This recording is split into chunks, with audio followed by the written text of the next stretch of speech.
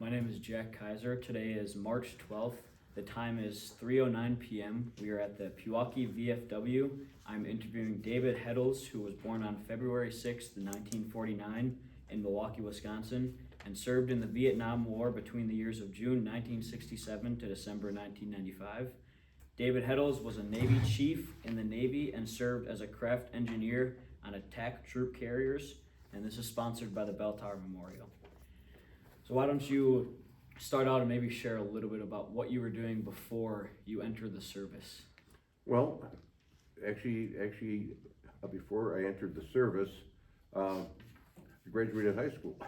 I graduated. I actually joined the Navy in February of 1967. Graduated high school then in June of '67, and then was actually joined into the Navy at that point.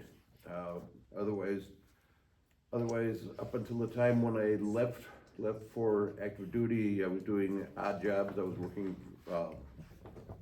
driving a truck now and then, and this kind of stuff. So I wasn't doing anything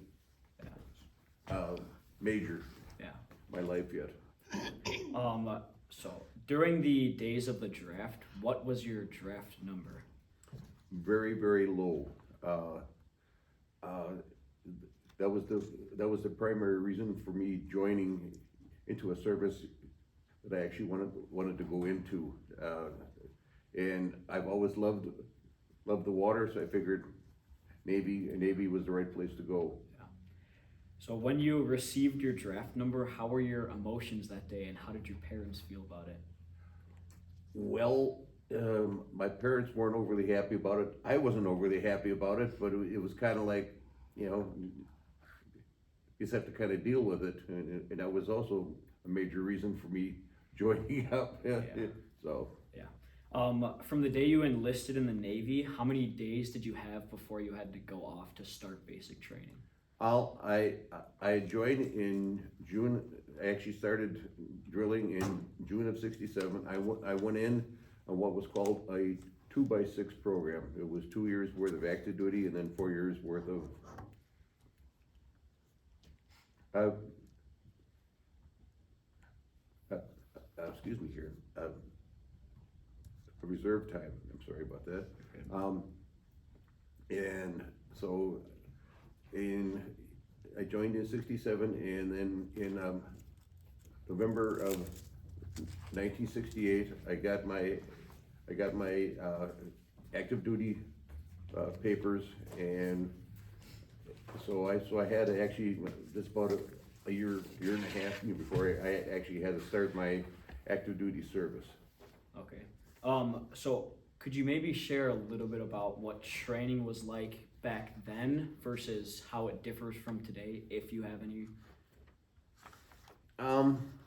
Well, boot camp for the reserves was a 2-week boot camp, but it was kind of this is kind of like Navy life, and it's going to be a normal Navy boot camp is 9 weeks. So I don't really have a comparison to it because I didn't actually go through the real Navy boot camp. Okay. So after you finished basic training, where did they send you off to after that? Well, I came back and I was given 30 days leave because I was out in California at the time and came back home for the 30 days, then started my actual training for NAM January 2nd in Laveo, California, which is where the NIOT, which was Naval Inshore Operational Training Center, was located. Okay. So what was your specialized training like in California? My specialized training in California was learning the boats that we were going to be on, and it covered basic radio operation, basic boat handling, basic engineering, basic gunnery, and just basically every job on the boat. Nice. So you had to be able to be able to do anything in case something happened to somebody. You had to be able to take their place.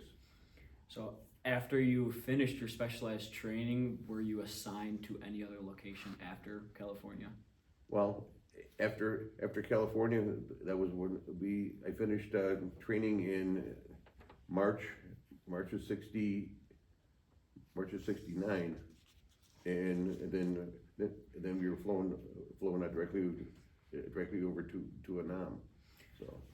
So how would you say your specialized training in California and basic training impacted your time over in Vietnam? Like, did you say from the stuff that you learned, did it help you? I would say from the stuff that I basically learned in my training for Nam definitely helped me there, because we had a good general feeling for what the boats were going to be like, but then once you were over there, you got more into doing your primary job, but you still had to learn everyone else's job even fuller. So It's like understanding everybody else's role definitely Yes. helped you. Yeah. How long were you on active duty for in Vietnam? And then could you maybe share what your job was as a craft engineer, like when you were over stationed in Vietnam? Well, I was over there from March of '69 to March of '70, 12 months. During that time, as craft engineer, I was in charge, well, myself and one other person were in charge of all of the engineering systems on the boat. It was a twin engine craft, so we had to be able to, diesel powered, so we had to be able to know how to tear down and fix the engine in case anything happened. All of the other systems hooked into it, water pumps, bilge pumps, and everything else. So you definitely had to learn those. And as the craft engineer, that was my primary duty. But then I also learned how to definitely drive the boat. I learned how to tear down all of the gunnery systems. Learned fully the radio operation. But like I said, the engine room was primarily mine. So. Okay. As a craft engineer, when you were stationed in Vietnam, did you ever face any major challenges on the ship? On the boat, actually, no.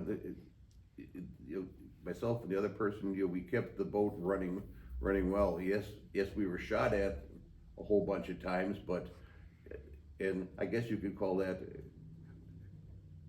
as a major challenge. But Yeah. but other than that, no. We kept the boat actually running well. So transitioning to more of a focus on the North Vietnamese and Viet Cong, could you maybe explain what the difference between the North Vietnamese and Viet Cong were? Okay, well, the North Vietnamese or NVA armies were primarily highly trained, I guess you could call it that, trained personnel that were coming down from the north, and when you would become in contact with them during a firefight, the North Vietnamese would stay in contact until either you left or they were down to the last person. The Viet Cong, in turn, were usually your local villagers and so on and so forth and that, but who were NVA sympathizers, and they would pop up out of a little hole, shoot a couple rounds at you, and back into their hole. So I mean, they would not stay in contact. So when you weren't stationed on your boat and you were on land, how often would you encounter like the Viet Cong? I only encountered them once. That'd be my second night in country. We were moved from Saigon up to Dongtam, which was our primary base, and at that time we were sleeping, and the either NBA or VC dropped 4 mortar rounds into the ammunition dump, which was right next to the hooch where we were sleeping. So that was my first major meeting with the North Vietnamese Army. Yeah. So looking at the war more of as a whole picture, could you tell me what the Sea Lord operation was? Okay, Operation Sea Lord was a whole generalized package. It included Navy, Coast, and Coast Guard ships, both staying off of the coast, checking larger freighters and that coming in, and then doing checking of smaller sampan craft and that coming in. In that time, as a riverboat craft, that we were helping out with that process, checking sampans, checking for any weapons or contraband that they may have been transporting in. Okay. So I noticed there's also Operation Giant Slingshot. What is the difference between Operation Giant Slingshot versus Sea Lord operation? Okay, Giant Slingshot was an actual internal country operation. Giant Slingshot was so named because one of the land masses was called the Apparent's Beak. That was where the 2 major rivers coming down were meeting, looking kind of like a slingshot, and it was working that whole area, helping with waterborne guard post duties and at night, making sure that the Viet Cong weren't coming through that area. So you mentioned it looked like a slingshot. Was that where your boat was stationed? Well, we were in that operation, yeah, but it was usually you had a command boat site where we would be during the day, and then at night, then we would leave and go out to various distances out, just to be able to watch the waterways. And I also noticed that you were on attack troop carriers. How often were you transporting troops over in Vietnam from your boat? Oh boy, I know it was a lot of times. I can't give you the exact number, but I would say it was at least 100 times during operations. That the last operation that we were on, we were not transporting troops. We were just doing guard duty along the rivers and that. But when you were over in Vietnam, what was your greatest hardship you faced when deployed?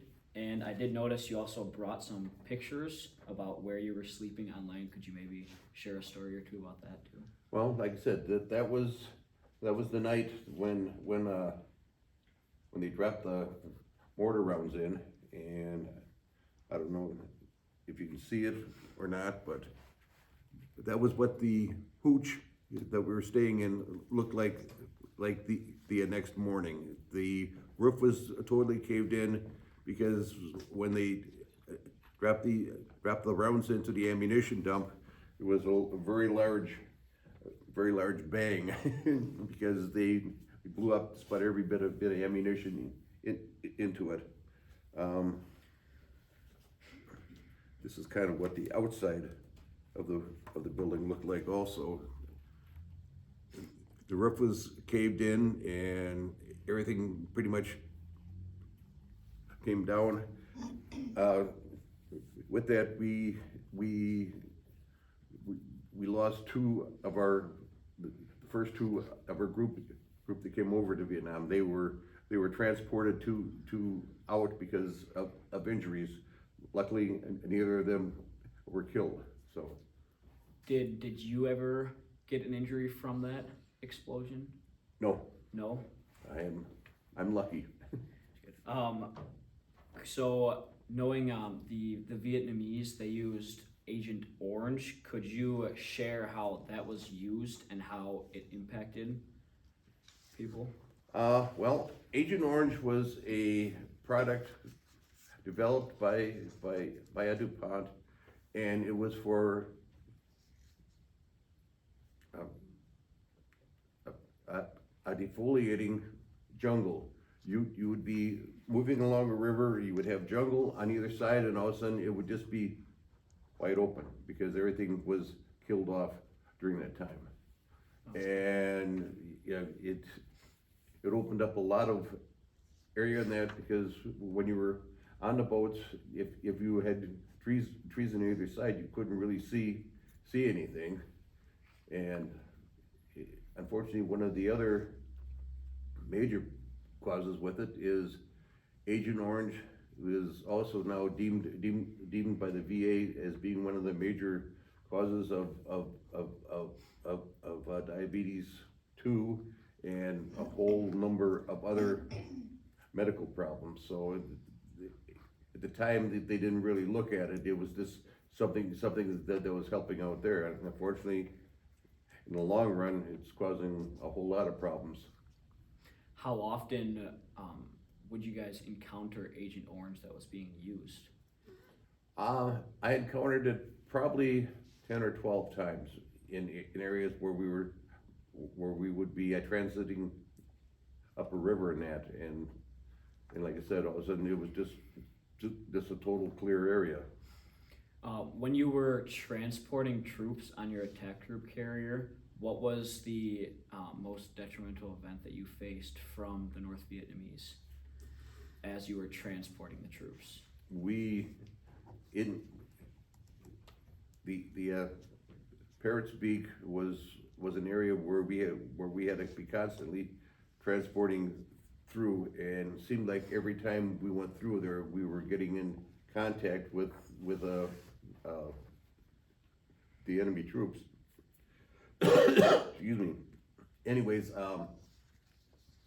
I guess the major thing was just trying to keep all the troops that we were transporting safe, and so far so good. Yeah. How often would you encounter either the Vietnamese local or, you already mentioned this, the Viet Cong on land, and what were your interactions like with them? Well, according to a medal that I have here, which is the with a green one with the combat V on it, the declaration for it states I was in contact 272 times with the enemy versus just being him popping up out of a hole and shooting at us at the major contacts. Could you maybe share or talk about what some other medals look like, or what some other medals mean? Well, maybe go to these because they're a little bit easier to see. This is one of the Vietnam campaign ribbons. This is this meritorious service, Naval Reserve. This is expert rifle. This is one of the other Vietnam campaign ribbons also. And again, this was the ribbon for the meritorious or actually valor in combat. And this is the last Vietnam ribbon there. And this one here is called a Gidong ribbon. Everyone who comes out of basic training ends up with that medal. That is a national defense medal. So transitioning back to the war, knowing the U.S. turned over Navy boats to the South Vietnamese, why did they do that? This was all part of a government program, to help get us out of Vietnam. We're transitioning all of our Army equipment, Navy equipment, Marine equipment, everything else over to training the South Vietnamese military in how to use it. My last day over in Nam on the boat is when I turned it over to the South Vietnamese Navy. Okay.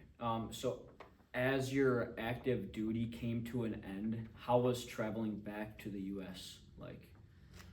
Well, leaving Vietnam was probably one of the happiest flights I ever took. It was a commercial jet airliner, and there was probably 300 of us on board, and it was probably one of the happiest flights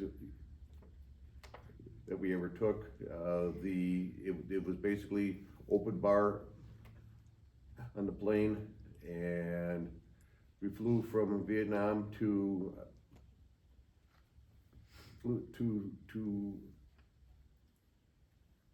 Japan, from there to Anchorage, Alaska, back to California. I then went back to where I started active duty, which was I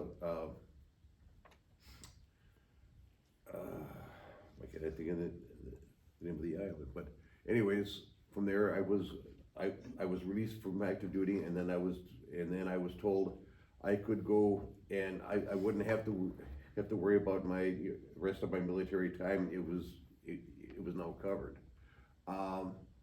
Flying back from my California to back home here, you had to be in uniform in order to get onto the plane free, and there were lots of very unhappy souls at the airport seeing anyone in a uniform. We were all baby killers and everything else, and I did end up getting spit on once, but it was kind of like I just let it go.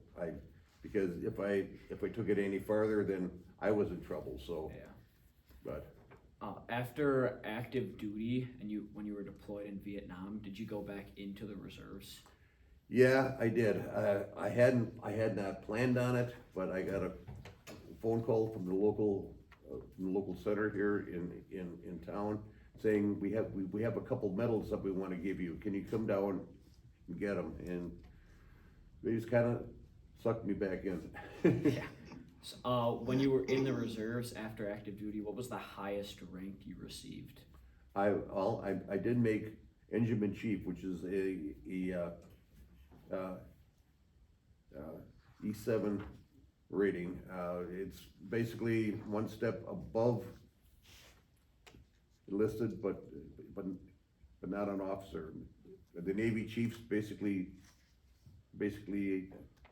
ran the Navy, because everything was Rougi reported from working its way up the line to finally to the chief, and then the chief in turn reported it to the officer, and always made everything look really good.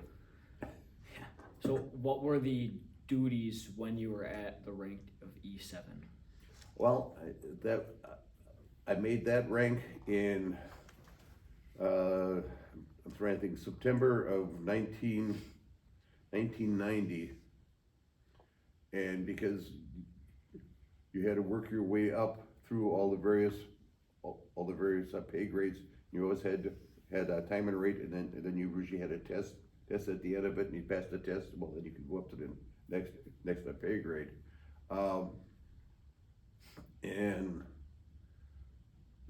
okay. Now the question was, what were some of my good? Yeah, like your role or like Okay. duties that you. Yeah. Okay, the last unit that I was with was ACU 1, which was Assault Craft Unit 1. we were a landing craft unit, of course, because I basically stayed small boats the whole time I was in the service. And we drilled out of Great Lakes, and as a chief, I was in charge of roughly 35 people down there, you know, various engineering, rates of that, and was, that was, you know, making sure that work got done and it was done right, and doing spot checks, and then just a ton of paperwork. Yeah. Would you ever do like yearly checkups with those 35 people that you were in charge of? Yeah, we had to do a yearly eval on everyone, and me also, and you know, you would have to get with them and say, okay, what did you do during the year that, you know, that you could say on this piece of paper that really makes you look good, and you know, and you would work with them, and you could make suggestions. Well, did you do this? Well, yeah, oh yeah, I did that. You know, and so on and so forth, and that. So. Yeah, nice. So transitioning to out of the Vietnam War and the reserves, what do you consider to be your most important contribution during your service? Most important contribution, I would say, was helping young sailors to know how to do their job and to do their job well. And I think that was the, you know, I mean, yeah, I yelled at a lot of people and I counseled a lot of people, but you know, but it's still, in the end, I feel that, you know, I helped make several people, you know, better, and that makes me feel good. Yeah. What was it like transitioning to civilian life after you were in active duty in the reserves? I really missed it. I miss the people. I miss the camaraderie that you had, because initially when ACU one was started, which would have been 1978 is when the unit actually formed up. I would say 90% of the people in it were all non-vets. So, I mean, we all had a sense of duty and you're getting the job done, and afterwards it was kind of like, I really miss all these guys. You know, we do stay in contact with each other, you're right, and so on and so forth and that, but still miss them, and unfortunately a lot of them are no longer with us either. Yeah. So if you could go back in time to the day before you were gonna not re-enlist in the reserves, would you re-enlist again? Oh yeah. You would? I would. And if the Navy came up to me and said, Chief, we really need someone who is a specialist in small boats to go back over to Nam, I'd be gone. If you could have a smaller role in the Navy right now, would you or no?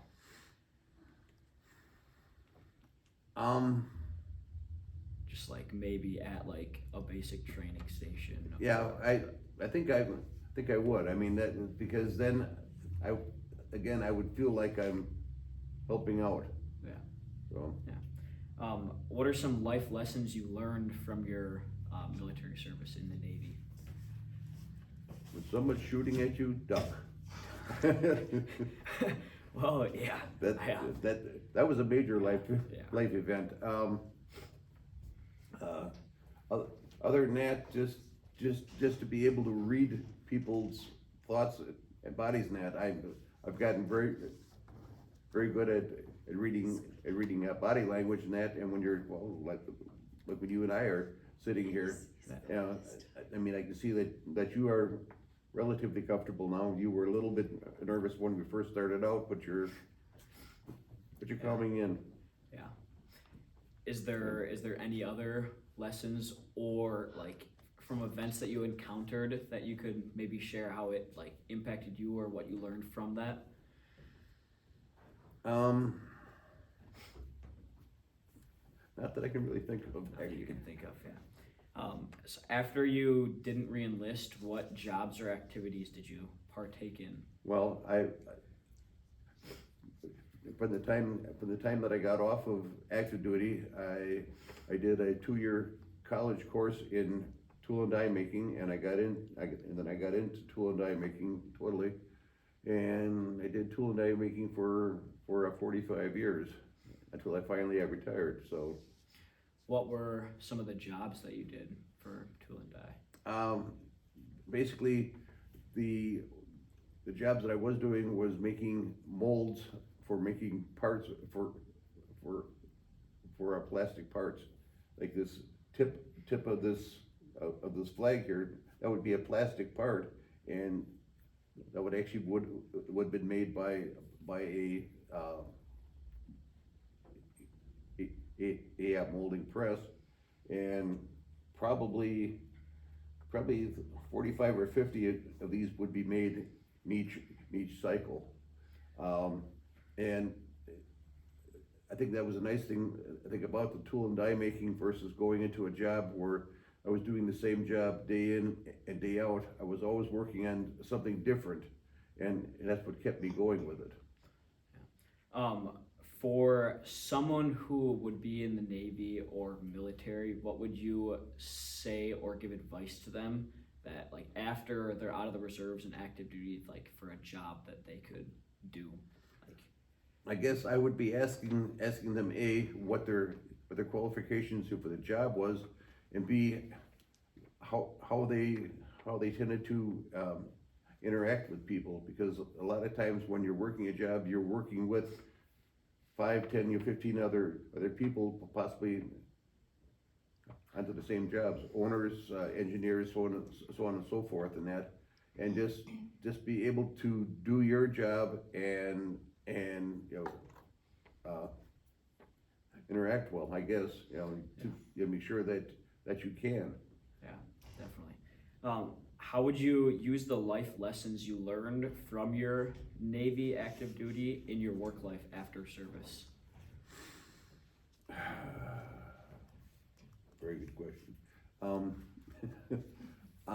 Well, like I said, life lessons I learned from the Navy was like I said, learning how to read a person's body language, how to shush. How to work with people, and how to try to get the best out of every person's job, and that would be what I would be telling them also.